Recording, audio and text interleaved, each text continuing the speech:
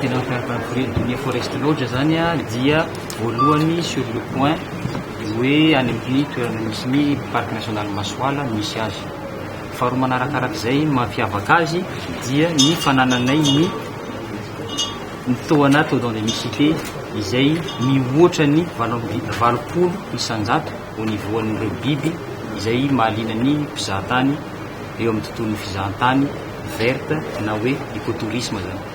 Fahatelo manarakarak'izay angambany a dia ny fanananay plus de 10 ans d'expérience ho an'ireo staff izay miasa ao anatin'ny tourné forestologue eo amin'ny tontolon'ny fizahantany ary eo amin'ny fizahantany any Maroantsetra.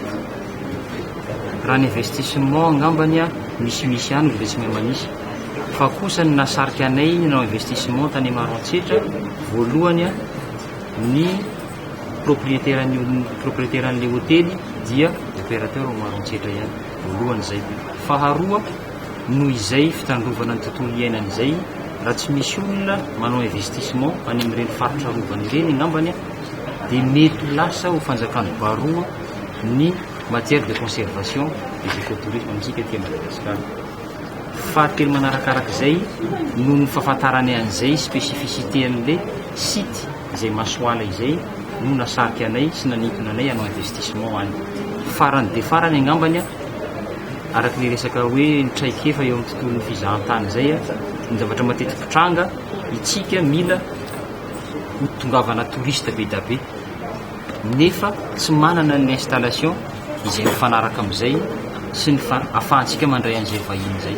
Raha tsy ahivina kely fotsiny angambany a matetika ny 80 isanjaton'ny mpizahatany makany Maroantsetra dia efa amiren'le classe-d'âge efa zokonjokony ireny.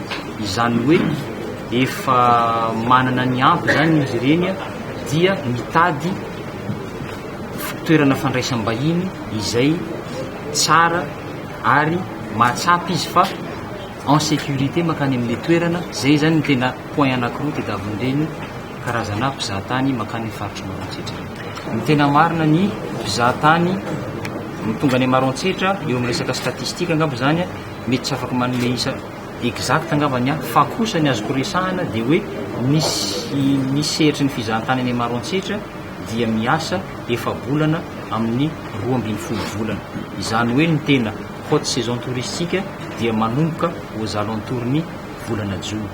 Ny haute saison touristique dia tiako marihana tsara haute saison touristique ho an'ireo vahiny fa tsy ho antsika eto Madagasikara satria amin'ireo ny fotoana tena propice probable tsara ahitany an'ireo biby rehetrarehetra izay mahaliana azy. Zay no mahatonga ny hoe entre ny juin sy septembre eo foana zany io ny tena matetika tongavan'ny touriste makany Maroantsetra. Karaha zay statistique zay angambany statistique sur ces hautes saisons touristiques afaka miteny aminareo fa manana taux d'occupation ana 30% izahay. Surtout au niveau de l'installation de les forestologue tamin'le Sibangalo tamin'ny 2014 no nakany.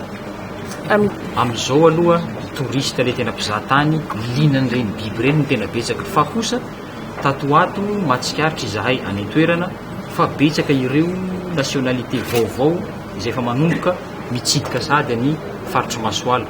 Ny voalohany amin'izany ny Espagnol araka efa niresako tamin'le fanazavana tsotsotra teo, ny Japonais zao manomboka tonga ary nahagaga sy nafinaritra anay misy hatramin'ireo nationaliste avy any amin'ny pays de l'Est taloha. Izany hoe soviétique, ny ex-URSS efa be da be no makany. Ankoatran'izay moa zany a be da be rechercheur betsaka ireo miprépare professorat, doctorat, agrégation en matière botanique sy ny biologie animale et végétale.